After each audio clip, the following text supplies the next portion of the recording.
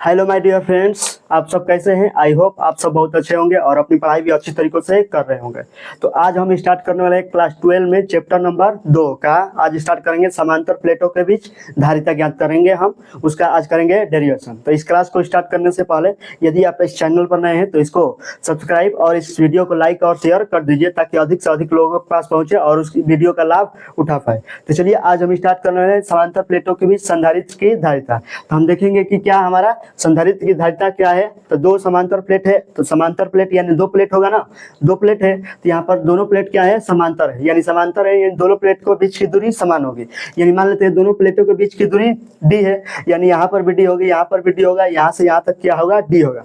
यानी समांतर प्लेट है तो यहाँ से पूरा क्या होगा, दूरी हिस्से में होगा। तो यहाँ पर मान लेते हैं दोनों प्लेटों के बीच की दूरी a है, क्या है, दोनों प्लेटों के बीच की दूरी d है। और जो पहला संधारित्र है उसको x मान लिया और दूसरे संधारित्र को y मान लिया। पहले संधारित्र को किसी बैटरी से जोड़े हैं, क्या जोड़े हैं, पहले जो संधारित्र है उसको किसी बैटरी से जोड़े हैं और दूसरे संधारित्र को पृथ्वी से जोड़े हैं। केवल इसमें बैटरी नहीं लगाया, क्या लगाया, इसमें केवल पृथ्वी से इसको जोड़े हैं। और पहले बैटरी को क्या जोड़े हैं, बैटरी से, पहले संधारित्र को जो पहला प्लेट है उस प्लेट को बैटरी से जोड़ दिए और दूसरे प्लेट को पृथ्वी से जोड़ दिए।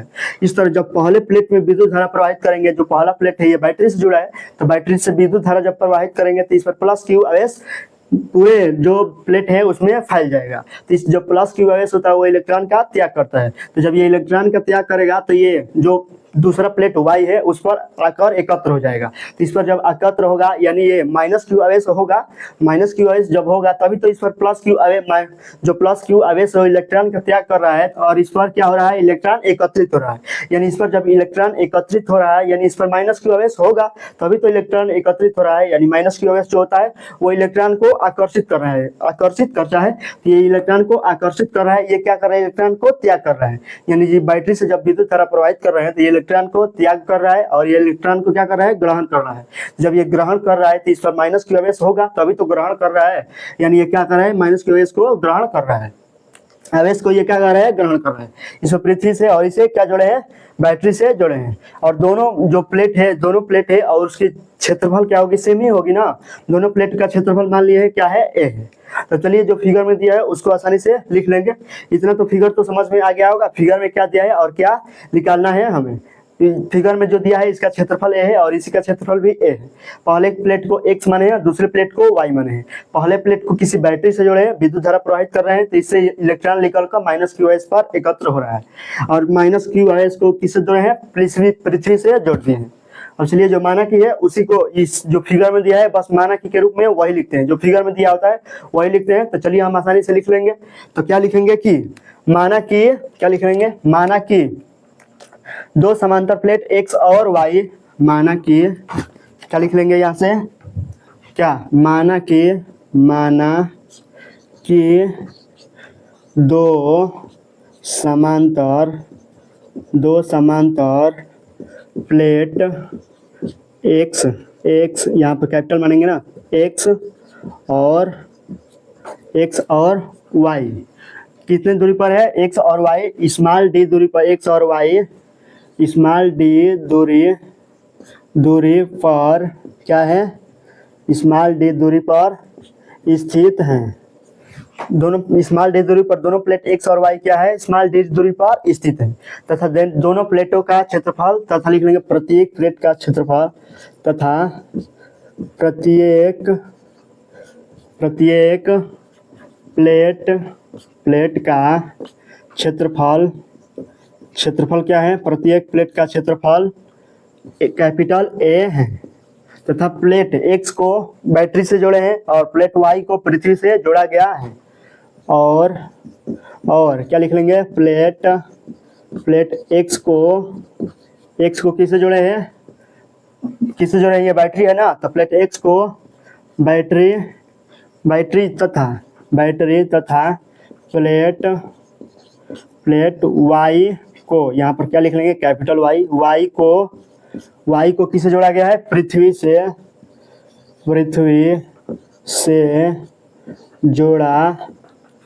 जोड़ा गया है। क्या लिख लेंगे, पृथ्वी से जोड़ा गया है। तथा बैटरी से प्लेट x में विद्युत धारा प्रवाहित करने पर दूसरे प्लेट में माइनस क्यू आवेश उत्पन्न होता है। तब लिख लेंगे इस तरह, प्लेट जो x है उस पर प्लस क्यू एस फैला है और जो y प्लेट है उस पर माइनस क्यू एस फैला है। लिख लेंगे प्लेट x पर प्लस क्यू आवेश तथा, क्या लिख लेंगे, तथा प्लेट y पर माइनस क्यू आवेश समान रूप से, क्या है, समान रूप से फैला है। इस तरह लिख सकते हैं ना, क्या है, इस पर माइनस क्यू एस और इस पर प्लस क्यू एस समान रूप से फैला है। तब दोनों प्लेटों के कारण संधारित्र की धारिता कैपिटल सी की गणना करना है। इस तरह हम लिख सकते हैं, तब दोनों प्लेटों के कारण संधारित्र की धारिता, यहाँ से लिख लेंगे संधारित्र की धारिता, संधारित्र की धारिता कैपिटल सी की क्या करनी है, गणना करनी है या करना है। इस तरह हम कैपिटल सी की हमें गणना करनी है, क्या है, संधारित्र की धारिता की, दो प्लेटों के बीच संधारित्र की धारिता क्या होगी, बस उसी धारिता को हमें गणना करना है। तो चलिए हम यहाँ से आसानी से गणना कर लेंगे। अब देखिए, माना कि जो फिगर में दिया है वो हम लिख चुके हैं, आसानी से समझ सकते हैं आप। यहाँ पर कैपिटल एक्स होगा, स्मॉल एक्स नहीं होगा, क्योंकि इसको क्या माने है, कैपिटल एक्स माने है। इस तरह आप आसानी से इसको समझ सकते हैं। और देखिए, इसका जो डेरिवेशन करने से पहले किसी सूत्र का उपयोग होगा ना, सहायता लेंगे किसी सूत्र का।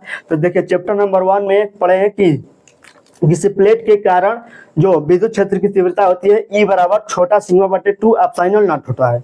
यही ना पढ़े हैं कि जो चैप्टर नंबर 1 में पढ़े हैं गॉस फॉर्मूले में पढ़े होंगे कि जो पहला ही है कि दूसरा है ना, कि अनंत लंबाई के प्लेटों के बीच जो विद्युत क्षेत्र की तीव्रता होती है E बराबर छोटा सिग्मा बटे 2 एप्सिलॉन नॉट होता है। बस हम उसी सूत्र का उपयोग करेंगे, क्योंकि वो प्लेट है ना, तो उस प्लेट के कारण हम निकालेंगे विद्युत क्षेत्र की तीव्रता, हमें पता है, तो उससे हम निकाल लेंगे संधारित्र की धारिता।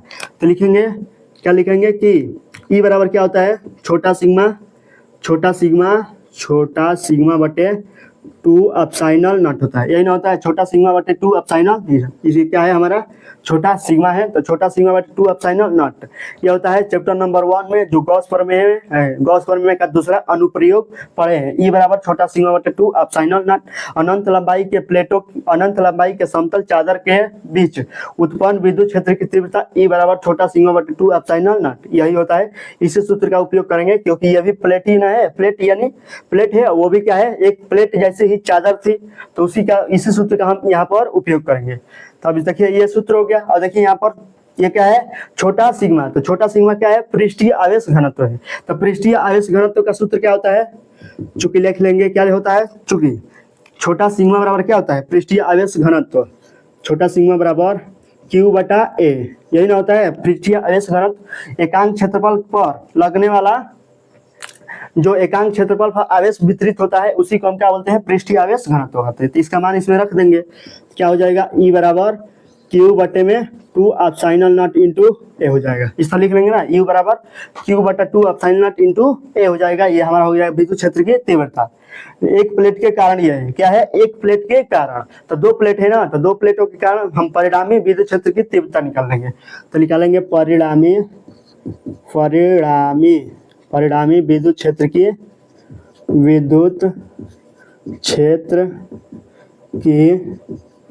तीव्रता। तो क्या हो जाएगी, परिणामी विद्युत क्षेत्र की तीव्रता E बराबर E1 प्लस E2 हो जाएगी ना, क्योंकि पहले जो पहला संधारित्र है उसका, जो पहला प्लेट है उसका विद्युत क्षेत्र की तीव्रता E1 और जो दूसरा प्लेट है उसके विद्युत क्षेत्र की तीव्रता E2 हो जाएगी। यहाँ पर क्या हो जाएगी, E2 हो जाएगी।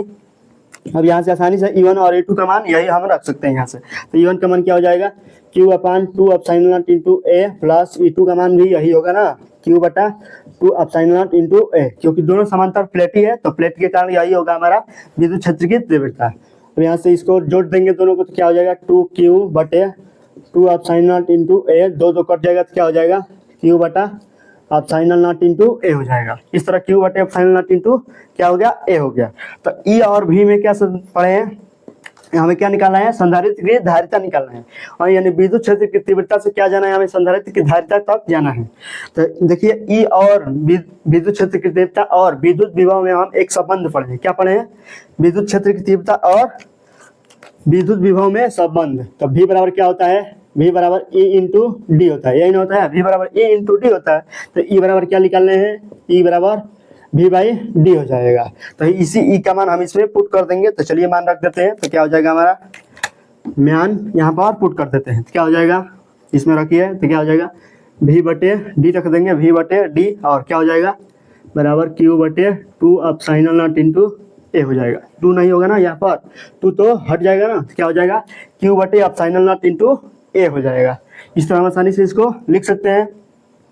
अब चलिए यहाँ पर इसको उधर लेके चल जाएंगे, तो V बराबर क्या हो जाएगा डी क्यू बटे एप्सिलॉन नॉट इंटू ए हो जाएगा। डी क्या है, यहाँ पर डी दूरी है, तो डी दूरी हो जाएगी। तो V बराबर डी क्यू बटे एप्सिलॉन नॉट इंटू ए हो गया। और देखिए हमें क्या निकालना है, संधारित्र की धारिता C निकालना है। तो C और V में एक संबंध पढ़े हैं, सूत्र होता है ना C और V में संबंध। तो क्या होता है, चूंकि C बराबर क्या होता है Q बटे V, तो यहाँ पर V निकालेंगे Q बटे V, तो V बराबर क्या हो जाएगा Q बाई C हो जाएगा, यानी C यही हमें निकालना है। देखिए यही निकालना करना है संधारित्र की धारिता। तो देखिए यहाँ पर रख देंगे V के स्थान पर क्या हो जाएगा Q बाई C बराबर डी क्यू बटे में क्या हो जाएगा एप्सिलॉन नॉट इंटू ए। यहाँ से देखिए Q और Q कैंसिल हो जाएगा, तो क्या हो जाएगा, इसको पलट देंगे ना, तो ये देखिए हर में है, तो ये भी अंश में चला जाएगा। जब इसको पलटे हैं तो इसको भी पलट देंगे, तो एप्सिलॉन नॉट इंटू ए हो जाएगा। यही होता है हमें क्या कि C बराबर एप्सिलॉन नॉट इंटू ए बटे क्या होता है epsilon not into A by D होता है संधारित्र की धारिता दो प्लेटों के बीच, यही होता है। मान लीजिए इस पूरे निकाय को किसी परावैद्युत माध्यम में रखेंगे, तो परावैद्युत माध्यम के में रख देंगे, तो क्या हो जाएगा, इसको के से मल्टीप्लाई कर देंगे। तो ये तो सिंपल है, परावैद्युत माध्यम के में रखने पर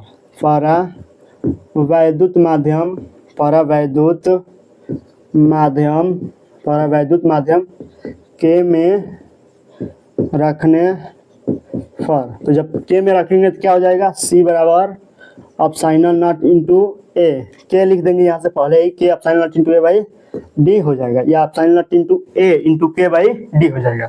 इस तरह संधारित्र की धारिता किसी माध्यम में रखेंगे तो हो जाएगा। देखिए अब के का मान अलग अलग भिन्न भिन्न माध्यम में रखेंगे तो भिन्न भिन्न होता है। जैसे वायु में रखेंगे तो एक होता है, तो ये हमें वायु के लिए यही प्राप्त हो जाएगा ना। जब यहाँ पर एक रखेंगे तो क्या हो जाएगा epsilon not into A by D हो जाएगा, तो क्या हो जाएगा epsilon not into A by D प्राप्त हो जाएगा, तो हमें वायु के लिए प्राप्त हो जाएगा। इस तरह हम ये आसानी से यहाँ से दो प्लेटों के बीच उत्पन्न विद्युत क्षेत्र जो संधारित्र की धारिता है हम आसानी से ज्ञात कर सकते हैं। विद्युत क्षेत्र की तीव्रता से हम क्या ज्ञात कर लिए, संधारित्र की धारिता। यहाँ से हम ये आसानी से ज्ञात कर सकते हैं। देखिए ये C क्या है, संधारित्र की धारिता है। एप्सिलॉन नॉट क्या है, निर्वात वायु में विद्युतशीलता है 8.85 × 10⁻12 कूलम्ब स्क्वायर प्रति न्यूटन इंटू मीटर स्क्वायर, यह इसका यूनिट है। के क्या है, एक परावैद्युतांक तो जानते ही है। ये क्या है, क्षेत्रफल दोनों प्लेटों का, प्रत्येक प्लेट का क्षेत्रफल हो जाएगा। और डी क्या है, दोनों प्लेटों के बीच की दूरी हो जाएगी। यहाँ से एप्सिलॉन नॉट का मान केवल लिख दे रहे हैं। एप्सिलॉन नॉट बराबर क्या हो जाएगा 8.85 × 10⁻12 हो जाएगा। यहाँ से क्या हो जाएगा 8.85 × 10⁻12 क्या हो जाएगा कूलम्ब स्क्वायर प्रति न्यूटन इंटू मीटर स्क्वायर हो जाएगा। ये इसका क्या हो जाएगा, यूनिट हो जाएगा। तो इस तरह हम आसानी से इसको ज्ञात कर सकते हैं। अब देखते हैं कि जो इसका संधारित्र की धारिता को प्रभावित करने वाले कारक कौन कौन से हैं, वो हम लिखेंगे कि संधारित्र की धारिता को प्रभावित करने वाले कारक हम यहीं से लिख लेंगे। जब देखिए यहाँ पर संधारित्र की धारिता किसके अनुपाती होती है, समानुपाती, यानी जो परावैद्युत माध्यम है उसके समानुपाती होती है। विद्युत क्षेत्र की तीव्रता विद्युत क्षेत्रफल के जो प्लेट होता है उसके क्षेत्रफल पे का भी समानुपाती होता है। यानी जब क्षेत्रफल बढ़ाएंगे तो संधारित्र की जो धारिता है वो भी बढ़ेगा। यानी जब क्षेत्रफल को, ये क्षेत्रफल है ना, इसकी जब क्षेत्रफल यहाँ पर बढ़ाएंगे तो जो संधारित्र की धारिता है वो भी बढ़ेगा। और यहाँ पर संधारित्र की धारिता तो बढ़ेगा ही, और जो डी दूरी है, यानी दूरी क्या है, दोनों प्लेटों के बीच की दूरी। जब दोनों प्लेटों के बीच की दूरी बढ़ाएंगे, जब प्लेट के बीच की दूरी बढ़ाएंगे तो हमें जो संधारित्र की धारिता C का मान है वो घटने लगेगा, क्योंकि ये इसके व्युत्क्रमानुपाती ना होता है। तो जब व्युत्क्रमानुपाती होता है तो यानी डी दूरी बढ़ेगा तो संधारित्र की धारिता घटेगी। जब संधारित्र की धारिता बढ़ेगी तो दूरी घटेगा। इसके अनुपात में क्या होता है, ये व्युत्क्रमानुपाती संबंध होता है। तो अब ये सी किसके समानुपाती होता है, जो परावैद्युत माध्यम, मान लीजिए परावैद्युत माध्यम को किसी जल में रखा गया है तो जल के लिए परावैद्युत माध्यम अधिकतम 81 होता है। क्या होता है, 81 होता है। तो परावैद्युत माध्यम का कोई यूनिट नहीं होता है, क्या सीधे 81 लिख देंगे, जल में डाल देंगे इसको, तो क्या हो जाएगा, परावैद्युत माध्यम के का मान 81 लेना पड़ेगा।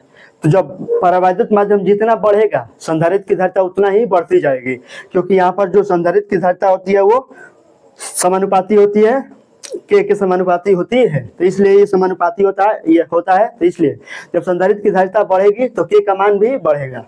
और यहाँ से जो क्षेत्रफल है, यानी जो प्लेट का क्षेत्रफल है, वो प्लेट का जब क्षेत्रफल बढ़ाएंगे तो हमारे संधारित्र की धारिता भी क्या हो जाएगी, बढ़ती चली जाएगी। तो चलिए हम इसी मान को बस यहाँ पर जो 3 है ना, अभी बताइए के संबंध में एक आएगा और एक ए के संबंध में और एक डी के संबंध में आएगा। यही 2-3 प्रभावित करने वाले कारक है संधारित्र की धारिता को। तो चलिए हम आसानी से उसको यहाँ पर लिख रहे हैं, ये तो समझ में आ गया होगा।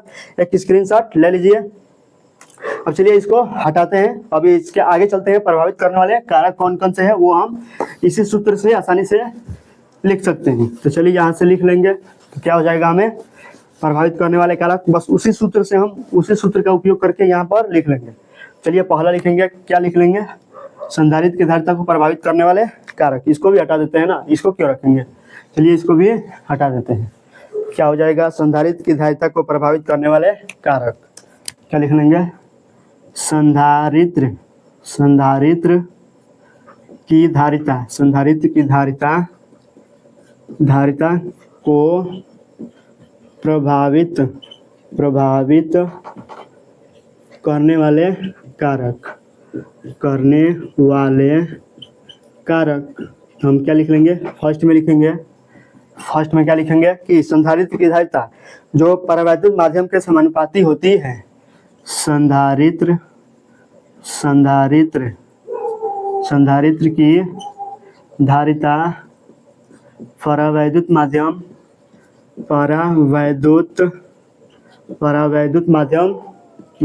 के, क्या लिख लेंगे, परावैद्युत माध्यम के समानुपाती होती है, समानुपाती, क्या लिख लेंगे, समानुपाती होती है।